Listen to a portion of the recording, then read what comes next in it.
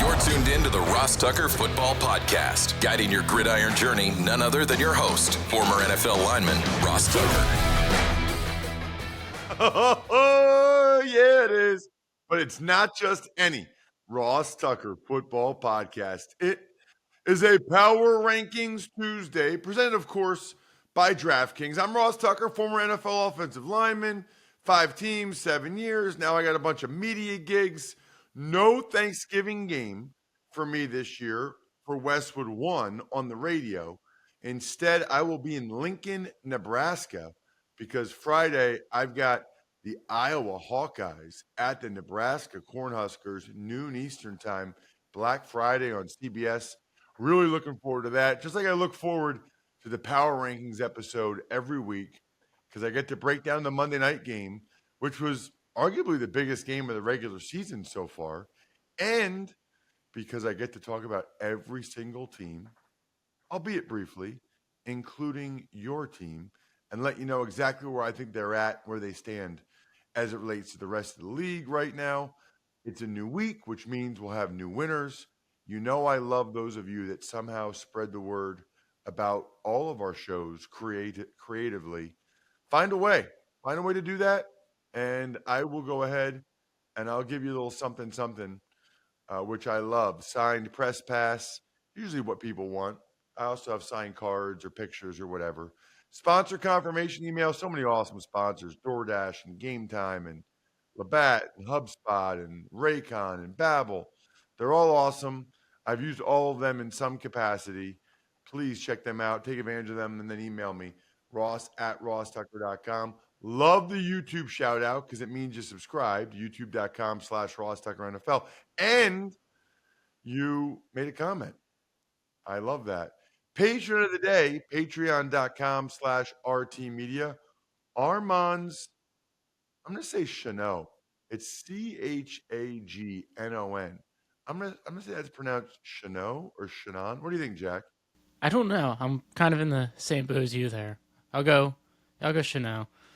Sounds like French, and I'm going to go like Shannon. Anyway, it's Big Show time. The Big Show. All right, Ross. Well, as we saw last night, the Chiefs' passing game really struggled in the rain, and Philadelphia was able to pull themselves out of a 10-point deficit and get the win on the road, 21-17. Wow. Wild game. Wild game because it felt like the Chiefs controlled the action for the most part. Certainly in the first half, they did. But as we've seen so often in this sport, turnovers, man. Turnovers are the difference in the game. And honestly, I thought the Chiefs were a little bit fortunate on that one interception that they had that Hurts threw, where A.J. Brown ripped the ball away from the guy. I guess their shins touched ever so briefly. But here's the deal. I thought the Chiefs controlled the action up front on both sides of the ball for the most part, right? I mean, they ran it pretty darn effectively, primarily with Pacheco, but a little bit of Clyde Edwards-Helaire as well. They were getting after Jalen Hurts, who I thought, had several opportunities to get rid of the ball and not take sacks, but he did at times. Felt like the noise affected the Eagles a little bit. But 2 really costly red zone turnovers. Mahomes doesn't throw interceptions down near the goal line very often. He lobbed the ball up. I think it was for Watson or Kelsey at the back of the goal line, and Byard came flying through and got an interception. A guy, by the way, that the Eagles signed 3 weeks ago, traded for 3 weeks ago to play safety. And then later, the Chiefs get down there again, and Mahomes throws the ball to Kelsey. He's at, the 5-yard line, and Bradley Roby, a guy the Eagles signed maybe a month ago, he ends up punching the ball out from Kelsey, and the Eagles get it. Twice the Chiefs were at least going to get field goals if they wanted it, and the Eagles got those big turnovers. I also still can't believe that Andy Reid on 4th and 3 or 4th and 4 punted it from the 39-yard line late in that game. That was surprising to me and a costly decision because the Eagles, there was a touchback on the punt, and the Eagles then took it all the way down the field for the go-ahead touchdown. For the Eagles, this group, it's different from last year, Jack. They're not as dominant as they were a year ago, except for the record.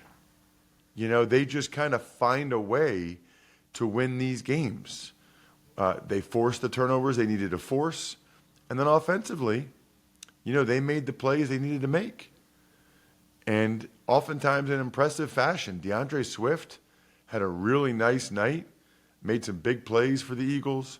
Jalen Hurts made some plays with his legs. He had the bomb to Devontae Smith, which led to the go-ahead touchdown with the brotherly shove. And that's a gigantic win for Philadelphia. Just a gigantic win, because it's not even about, I don't know that I feel that different about either team moving forward, but it's about playoff seeding. It's about getting that number one seed, which I think is almost too inequitable, right? Like I don't think it's fair that the number one seed gets the only team to get a bye and 2 home games like that. That seems inequitable. Like you're putting too much into the one seed, but that's the rules. So you better try to get that. And that was the significance, as much as anything, of last night's game, is that the Eagles won a game on the road against a really good team, where the Eagles, I don't even know if it's hard to watch that game and say they were the better team. And you pointed out, Jack, Patrick Mahomes is unbelievable.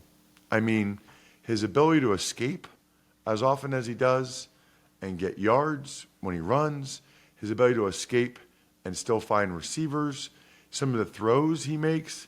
But he was victimized by a bunch of drops. It must have been hard, because Kelsey had a drop. Watson had 2 or 3. He also had some nice catches. And then the big one was, end of the game, the Eagles let Valdez-Scantling get behind Bradley Roby. Mahomes gives him a perfect ball, and Valdez-Scantling unable to bring it in. Unreal. Just a unreal game. I like when games that we hype up live up to the hype like that. You know what else lives up to the hype? Learning a second language. If I knew a second language, I might be able to pronounce our patron of the day that neither Jack nor I can pronounce. It's awesome. Babbel's designed by real people for real conversations. What I like is the quick 10-minute lessons. That's the key.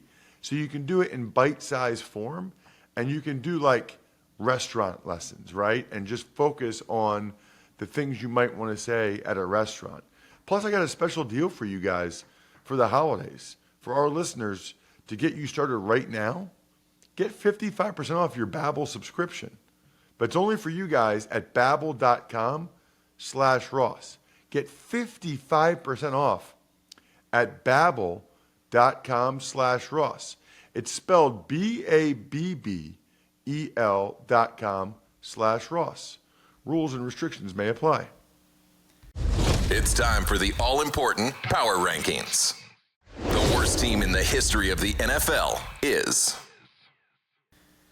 All right, Ross, 32nd, no surprise, is the Carolina Panthers. Yeah, they're real bad. Real bad. Another big double-digit loss. Sounds like, if you're down here, Jack, and we're getting to late November, if you don't turn it around soon, there's usually a pretty good chance that there's going to be major changes.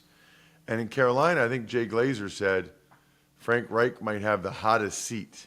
Now, that would be really unique to fire a guy in his first season, during his first season.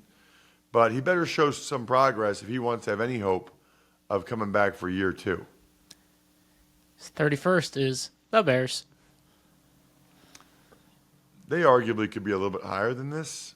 I mean, I debated between them and the Patriots, especially with the way Fields played. I thought that was highly encouraging how Fields played. But you get 3 interceptions. Your quarterback plays really well, and you still find a way to blow the game at the end. Not a good look for the Bears. The Bears. 30th is the New England Patriots. Coming off a bye, not much to say there other than we still don't know who the starting quarterback will be this week. Also, studies show not the greatest sign for how good a team's doing. 29th is Cousin Tommy and the Giants. Hey, Tommy, you played great. Tommy, you played great, buddy. You played great, buddy. I mean, I didn't know if you were good or not. I wasn't real sure how good you could play. You played great, man. You played great, buddy. Hey, thanks, Pops. Appreciate it. Why is it so funny? It just is. It's so great. It's so great. And honestly, you know how I feel, Jack. I'm thrilled for him, man. I'm thrilled for him. He did. He played really well. And that took about a zillion sacks. But I thought he did some really positive things against the Commanders. He's now a guy that has started an NFL game as a quarterback, and his team won that game, and he made plays to help them win. That will build up some confidence for him moving forward. 28th is the Arizona Cardinals. Thought they had a couple bad losses Sunday.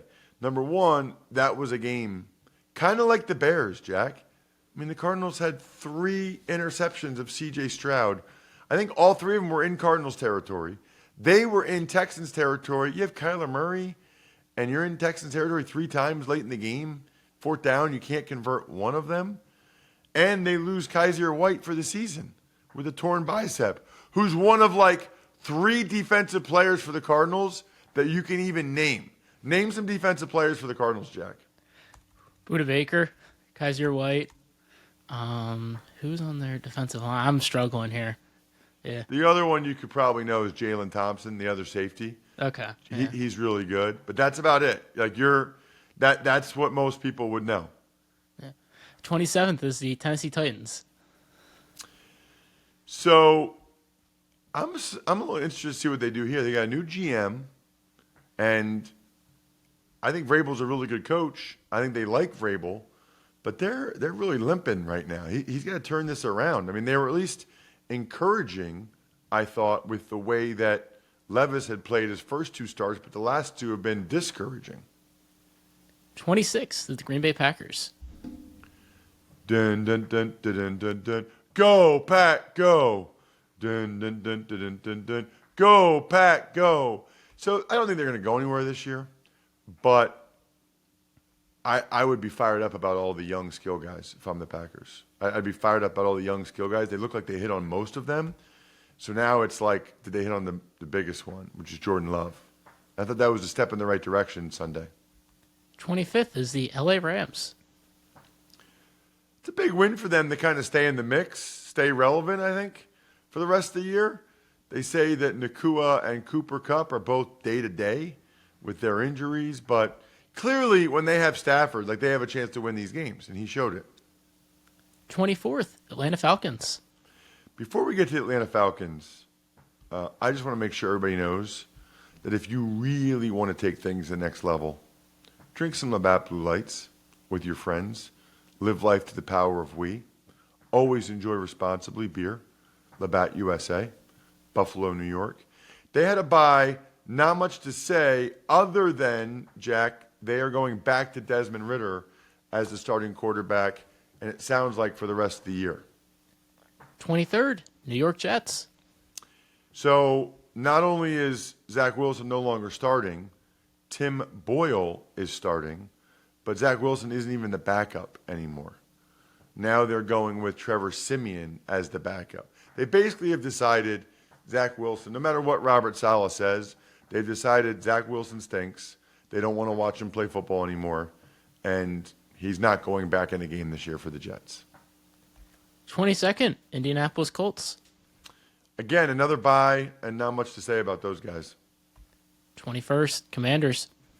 Really bad loss. Man, they've had 2 losses to the Giants, who only have 3 wins, and that loss to the Bears at home where they kind of got taken to the woodshed. And those 2 devastating losses to the Eagles where they almost outplayed the Eagles and played so well. Commanders are so close to having such a better record. 20th is the Bucks. They had their chances late against the Niners. First of all, they didn't play very well on defense. They let Brock Purdy light them up, but then they had their chances. Like the Cardinals, the two teams I had on the even money, which we'll record earlier than normal today, by the way. And the Bucks couldn't get it done on offense, just like the Cardinals couldn't. 19th is New Orleans Saints. Had a bye, so not much to say about the Saints. They'll come. Oh, when the Saints come marching in. Oh, when the Saints come marching back in after their bye. We'll see if they can pick up where they left off and have a chance to win that division. 18th, Cincinnati Bengals. Dropped them quite a bit, not just the loss, but the loss of Burrow for the season. I'd be surprised if John Browning is able to keep those guys in the mix. 17th is the LA Chargers. They're not dead yet, but it's an uphill climb for those guys now. And Brandon Staley's starting to get testy with the media. Usually the sign of a coach that knows he's probably donezo. 16th is the Las Vegas Raiders. The Raiders. Really impressed with what Antonio Pierce has done, and honestly impressed even that loss to the Dolphins. I'm probably going to write about Antonio Pierce this week for my column for the 33rd team. At this point, I think it'd be an upset if he doesn't become the full-time head coach of the Denver Broncos. Would have been a shock a month ago. Denver Broncos, 15th. And they're not just 15th, Jack. The Denver Broncos are the team I'm riding with. Brought to you by Wrangler, made for the ride of life. Save 15% on your first Wrangler.com order with promo code ROSS15. The Broncos have now won 4 games in a row, including back-to-back primetime games at the Bills, home against the Vikings. And not just 4 wins in a row. They beat the Chiefs handily. They beat the Bills on the road. They beat the Vikings, who had won 5 in a row. Kind of buying what the Broncos are selling right now. Sean Payton has those guys playing. They're much better on defense. And Russell Wilson quietly playing like a top half of the league starting quarterback again, especially with the turnovers to touchdown ratio. I see you, Broncos. 14th is Pittsburgh Steelers. They signed Miles Jack, who I thought was retired, but evidently is not retired. He came out of retirement. It's funny how fast guys come out of retirement when a team wants to sign them. And it's also, it's not funny for the Steelers, but like, man, they could use Spillane. How'd they let Spillane go? Spillane is playing incredible for the Raiders. 13th, Minnesota Vikings. Not how we say it. What's that? That's not how we say that team's name. The Minnesota Vikings. The Minnesota Vikings. Tough loss for them. I didn't even move them down in the power rankings. Really tough loss. Still love my guy, Josh Dobbs. Still think the Vikings are in the mix and will be in the mix moving forward. 12th is the Houston Texans. It's interesting. I moved them up a couple spots. I don't know if they like their performance against the Cardinals merited it, but I thought the Steelers deserved to be dropped down a little bit. I thought the Bengals deserved to be dropped down with the Joe Burrow injury, so the Texans moved up, and I leapt them over the Vikings because the Texans, I'm okay with the team learning and figuring out how to win ugly. Like I'm down with that, and the Texans kind of won ugly, and that's okay. That's a good sign of a good team, actually. 11th, Seattle Seahawks. They only dropped a spot, but they're in a bad spot. Like they might not even make the playoffs now. You look at their upcoming schedule, they really, really need to win that game against the Rams. That was like the one that they had to get that extra game up. 10th is the Buffalo Bills. And on the rise. That was super impressive. Both sides of the ball looked a heck of a lot more. The Buffalo Bills, a heck of a lot more like the team that we thought they would be this year. And maybe firing Dorsey was enough. Maybe firing Dorsey's the spark that they needed. But I'll also say this, a lot of times it feels like those things only last like 1 week. You know, like whatever boost you get from some of those, it just seems like it lasts like a week sometimes. 9th is the Cleveland Browns. Man, Talk about winning ugly. The Browns, they've got their Steelers formula down pat. Really good defense, close games, win it late. And you know what? What's wrong with that? Absolutely nothing wrong with that. Browns have a great chance to go to the playoffs. 8th, Miami Dolphins. The top 8 didn't move very much because the only one that lost was the Chiefs. And they lost to a really good team. So the Dolphins got a win. They weren't overly impressive in doing so. Achane got banged up again. I didn't think the Dolphins did anything in that game to deserve to move up anymore. Although I do think the fourth quarter, which is where we are in the podcast, Jack, is really important. Like in football, the fourth quarter is where the magic happens. It's where games are won, where champions are made. And in business, it's where sales teams become legends. That's why HubSpot built Sales Hub, to give sales reps like you the deal-making tools they need to win their Q4. Sales Hub's prospecting workspace organizes your schedule, goals, and to-do list in one place to save your team precious fourth quarter time. And Smart Sequences help sales reps close deals faster than ever. So get ready to dominate Q4 with Sales Hub. Learn more at HubSpot.com/sales. So the Jaguars, that was a really impressive win. It's interesting. It was really impressive, but it wasn't enough to have them jump ahead of these other teams that also had impressive wins. But really both sides of the ball for the Jags, although the Titans' offensive stats looked okay. It felt like Levis was under duress a lot. Just nice for the Jags to get their offensive mojo back. 6 is the Dallas Cowboys. How about them Cowboys? Nobody beats up on the bad teams like the Cowboys. We'll see if they can beat up on another one, the Commanders, on Thursday in the 21st anniversary of me starting for Dallas against Washington on Thanksgiving. Gosh, that makes me sound so old. 5th is the Detroit Lions. Wasn't pretty, wasn't worthy of getting moved up, but again, I said it with some of these other teams. I said it with the Texans. I said it with I don't know who I said it with, but the Lions had 3 bad Jared Goff interceptions, and they still found a way to win. No chance the old Lions ever win that game. And for them to try to get that number 1 seed, that was huge. And they still have a really good chance at it. What a big swing. The Lions winning and the Eagles winning. Could have easily been Eagles lose, Lions win, or Eagles win, Lions lose, but they both kind of hold serve.